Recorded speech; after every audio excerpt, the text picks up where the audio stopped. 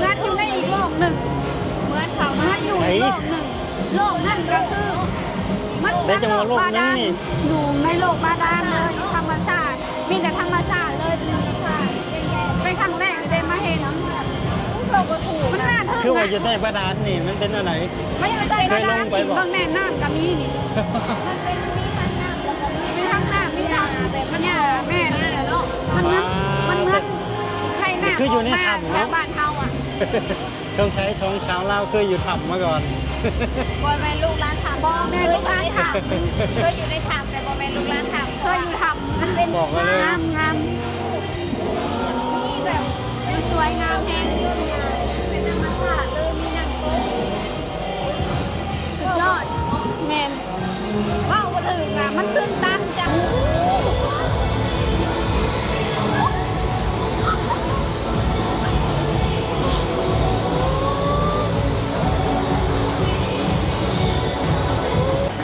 ท่านผู้ชมทุกท่านนะครับสบายดีน้องมิมี่น้องขวัญ สบายดีสวัสดีค่ะ FC ไอ้แหลงสบายดี สวัสดีเด้อ FC น้องขวัญสาวสวรรค์นัก ส เขต บายดี นะครับ FC สาวขวัญ ตอนนี้นะครับเอาอยู่ใช้น้อง หน้า อ ห้า ยู่ ง หน้าห้าง สยาม สยามพารากอน เห็นยังหมดอ่ะข้างหลังอ่ะ โอ้รถไฟ ตึกจักชั่นนะจักชั่นน้อง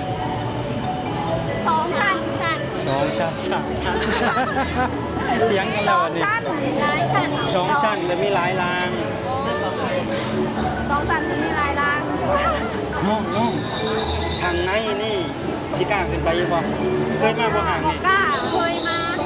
มาแต่ เพ เค ราะ ย ว่า เอาแต่ เค ข้าง ย ล่าง อยู่แต่ข้างนอกเคยอยู่ค่ะแต่ข้างนอกก็เลยถึงไปข้างบนจะเถื่อ แต่มื้อนี้คือยังมาไปเบิ่งข้างใน ก็เห็นแบบว่าเขาจะออกข่าวหรือว่าแบบพี่เอฟซี อนาคต ก็เห็นในคลิปคนอื่นว่ามีแม่แล้วคนได้ห่าง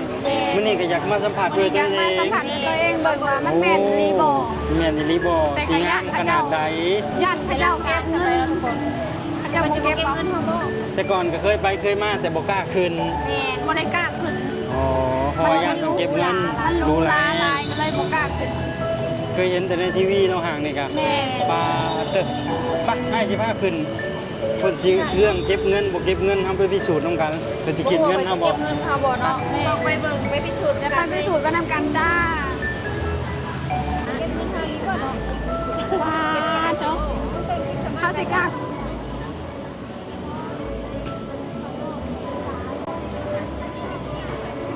ใช่ไหมเขาสิกล้าขึ้นอยู่บ่ คนว่าเมื่อเห็ดเป็นอะไร น้องมิมี่น้องขวัญเห็น แต่ ยั มาง สั บ่ ม นะ ผัสก็ เรื่องกินสมาร์ทงามแฮงเนาะปลาเด้อ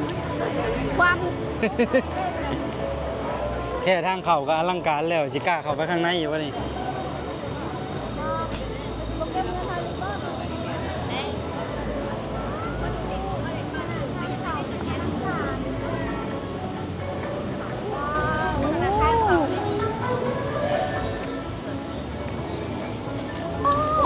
เย็นเย็นเป็นอันแบบว่าเขาเจ้าอันใส่แบบเผ็ดนั่นดิใส่เผ็ดลงมาหั่นนะ อ๋อเหมือนเราเผ็ดเลย แม่นเดี๋ยวสิขอไปเบิ่งใกล้ๆเด้อป้าด มีเป็ดน้ำ โอ้ยมีเป็ดนะนี่ ลอยน้ำ ป้าด มีแบบเป็ดของมัน อึ้งเลยอ่ะ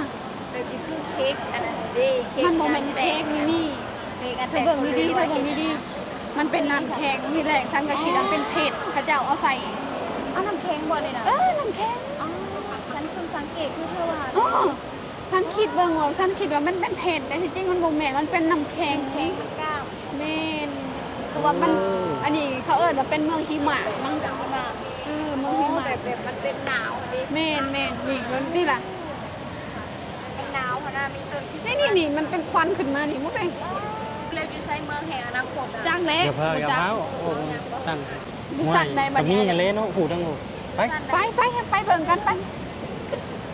จังไหนผมสิปิดก่อนได้ เป็นเวลา มาหูคือกันแหละป๊าดจ้ะ ชั้น5ได้น้องใช่ เอ้า เอาอย่างน้ำถือทางแน่เนาะเดินน้ำถูกทางหน่อยข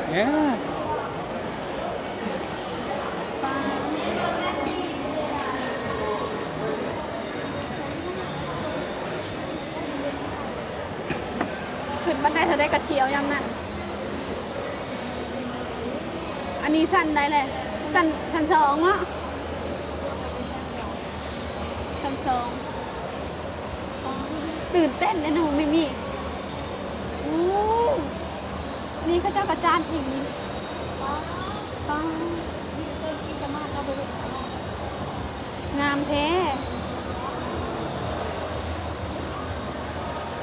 ไปอีกเอาสันหา พี่บันได ว่ะ ไปยังนี่ โอ้ยเนาะมาพี่ก็บอกผมมาเลย ว้าวข้างในแห่งหนูเขาคือเนาะ รู้เลยป้ามิมี่ข้าเจ้าเครื่องหล่นขึ้นมาอยู่ในหางใด โอ้คือสิแพงเนาะ คือสิแพงขนาดจังเอาขึ้นมาได้เนาะไอแหลกเนาะ รถอีหยังล่ะบัดนี้ รถยังแล้วบัดนี้ ขออนุญาตถ่ายเด้อ ขออนุญาตเจะฟ้าของ โอ้รถประจำคืองามแท้ปะ ถ่ายใน เอา เด้ เบิ่งนะพี่น้อง อป้าหลายคันอันนี้เนาะ โอ้ หลายคันอันนี้ ตะลึงเลยสาวลาว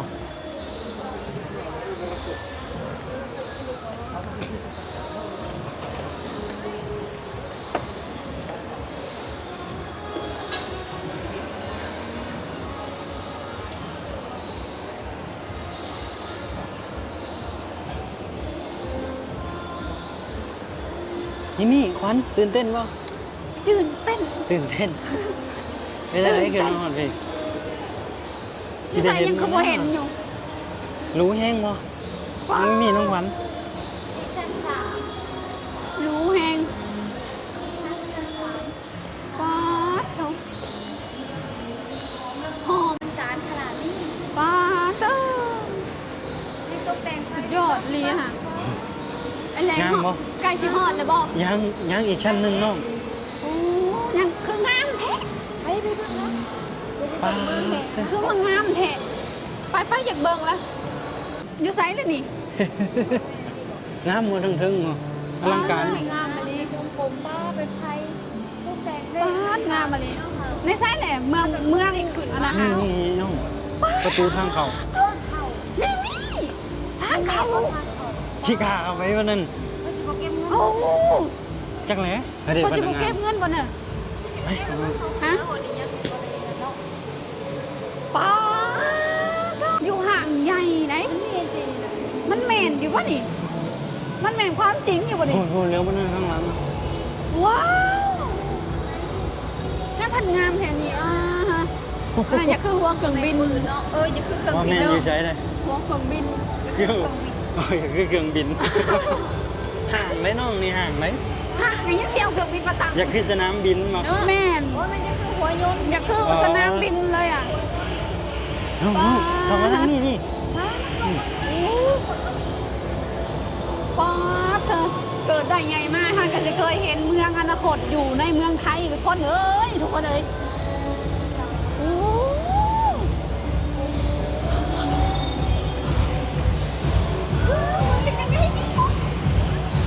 ป๊าด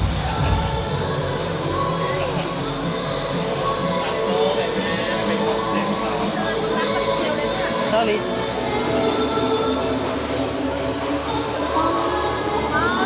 เลยอ่ะมันเหมือนรับสมัยนี้เหมือนเป็นแบบอยู่ในโลก อยู่ในโลกใหม่ ใหม่เนาะอยู่ใน อันนี้น้องขวัญวุ่นนะ ป๊าด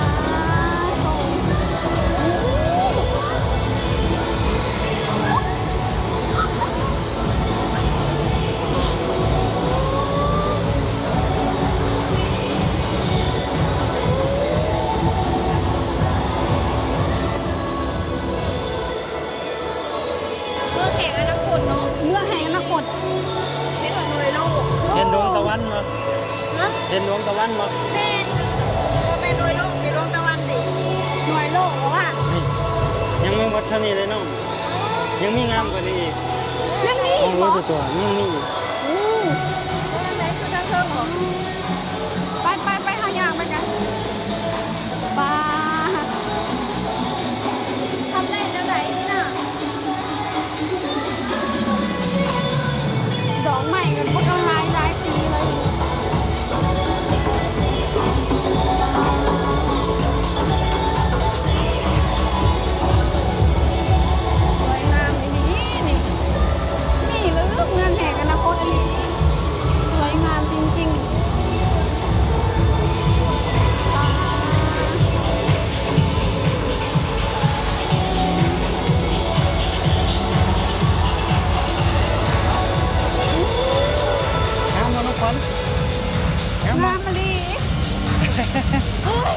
คิดว่าเป็น AI สร้าง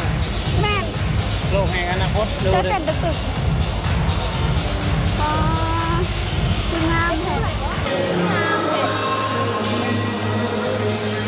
เก็บวัตถุว่าก็ออกไงบ้านนี่เห็นแล้วไหนนี่หน้าทึ่งเลยก็บอกเลยเขาเห็นได้ยังไงเนาะ โอ้โหเดี๋ยวก็ต้อง สงสัยหมดหลายแสนหลายบาทเขาใส่ปลาดิ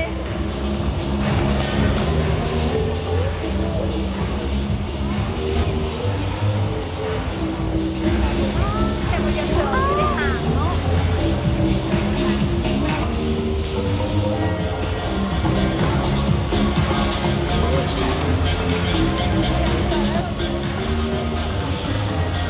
อลังการคืออลังการแน่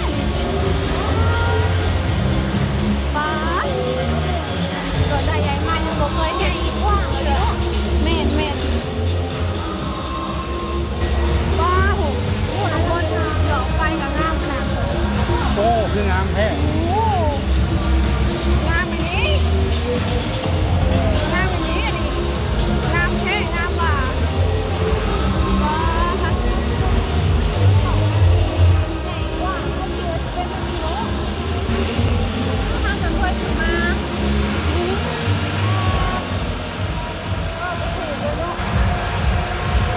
บอกเลยเขาจะเปิดใหม่บ่ ใช่เพิ่งเปิดใหม่ ห้องจะเปิดใหม่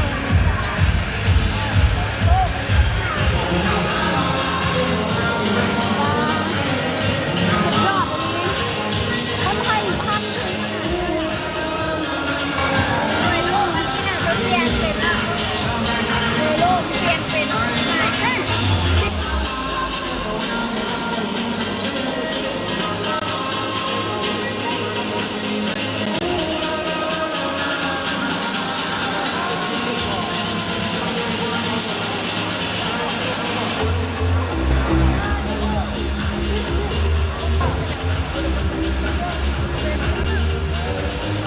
เป็นได้ไรน้องมิมี่น้องขวัญงามบ่ ว่าจะมาถูกเลยป่ะร่างกายเนี่ยดี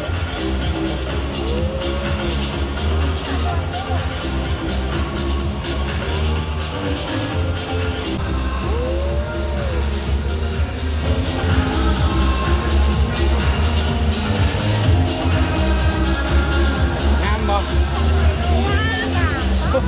งามอันนี้ เฮ้ยยังมีบนงามกว่านี้อยู่เลยเนาะ ยังมีอยู่บ่นี่ นี่ข้างล่างรู้ป่ะเบิ่งบ่ ไปดูนี่ดูนี่ เออโอ้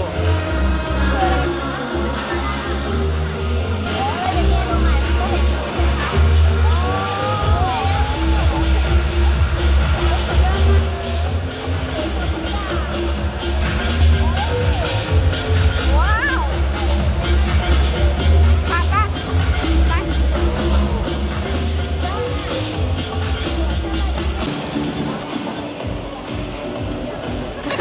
เนาะ ขวัญน้องมิมี่นี่ เทียบ ลงมานี่ลงมานี่ ต้องถ่ายรูปกันดิถ่ายรูปโอ้ยกันถ่าย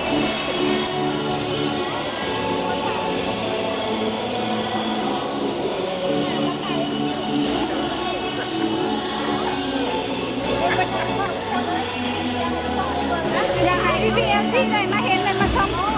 จะถ่ายรูปมาก็บอกว่ากันหันหน้ามา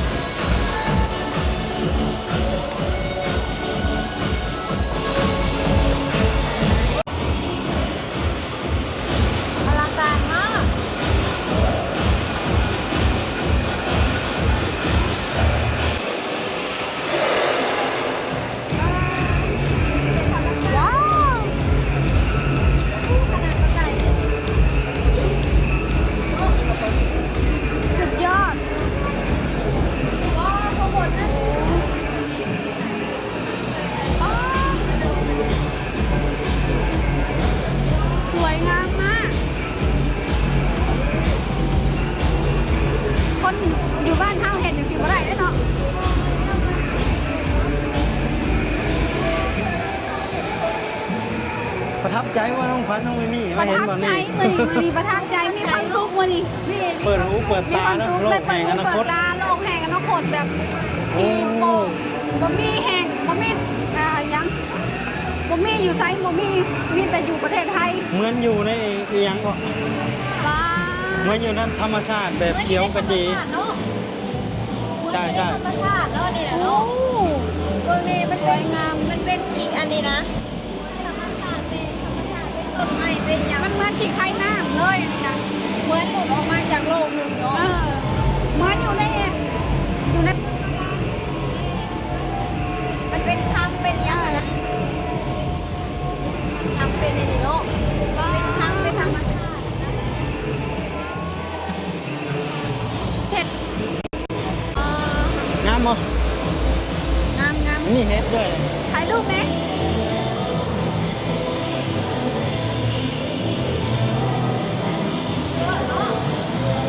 ถ่าย เอา รูปไหม ถ่ายรูปถ่ายรูป ถ่ายคลิปแล้วถ่ายรูป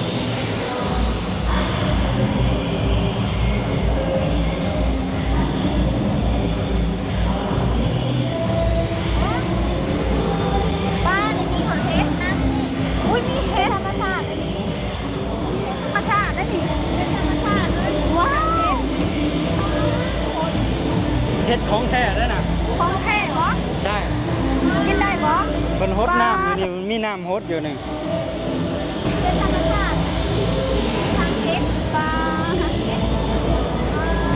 เห็ดเผิกเห็ดอิหยังน้องพัดบอกว่าเห็ดอีหยังนะทุกคนแต่ว่างามแห้งดีเนาะแม่นแม่นปลา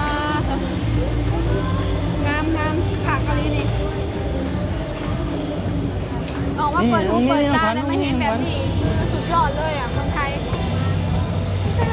นี่ สุดยอด น้ำเจอดนี้จะไม่อยากออกคือแล้วมัน เพื่ เป็ อน แบบ ให้เขามาจะบ่อยากออกเอาผม แม่ มัน น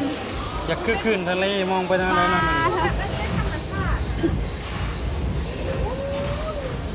ร่างกาย บอกเลยว่าคลิปนี้น้องควันประทับใจแห้งก็คือ อยู่ในเมืองอนาคตเนาะรายการเมืองอยู่ในอ้าวเหมือนอยู่ในอีกโลกหนึ่งเนาะทุกคนคืองามแหง เป็นอะไรน้องมีน้องขวัญไม่เห็นตรงนี้ ตื่นเต้นมากครั้งแรกแต่แบบเหมือนอยู่ในอีกโลกหนึ่ง เหมือนเขา เหมือนอยู่ในโลกหนึ่งโลกนั่นก็คือมัน ได้จังหวะโลกนึงนี่ อยู่ในโลกบาดาลเลยเป็นครั้งแรกที่ได้มาเห็น เราก็ถูก มันน่าทึ่ง คือว่า นะ อยู่ใต้บาดาลนี่มันเป็นอะไร ไม่อยู่ใต้บาดาล เคยลงไป อีก บอก บางแม่น้ำกับมีนี่ มันเป็นมีทางน้ำแล้วก็มี มีทั้งน้ำมีทั้งแบบมันเนี่ยแม่นี่แหละเนาะมันเหมือนไข่น้ำ คืออยู่ในถ้ำ แล้ เนาะ วบ้านเฮาอ่ะ ชงใช้ชงเช้าเล่าเคยอยู่ถ้ำมาก่อน บอลแมนลูกร้านถาม บอแม่ลูกร้านถาม เคยอยู่ในถามแต่บอลแมนลูกร้านถาม เคยอยู่ท มันเป็นบ้าน ำว้าวก็ถึงอ่ะมันตื่นตันใจ โอเคนะค มั รับ น พี่ อึ้งเลยอ่ะแบบเห็นตัวจริงแล้วแบบ ๆสำหรับคลิปวิดีโอนี้เนาะ มันสิมีแบบนี้อยู่ประเทศไทย ยอดในประเทศไท แต่ ย พอได้มาเห็นตัวจริงแล้วโอ้จังเสือว่ามันมีจริง ไม่เห็นครั้งแรกนี่ไม่อยากไปเลยไม่อยากไปทาง ไม่ ไหน อยาก เลย ไปเลยไม่อยากออกเลยอยากอยู่ในนี่เลย ทางเย็นแล้วก็งามพร้อม มันเป็นธรรมชาติแล้วก็งามทุกคน แม่โอเคนะทุก เป็นครั้งแรกเขาจะได้เข้ามานี่ เออ มันไม่ได้ไปอยากออกเลย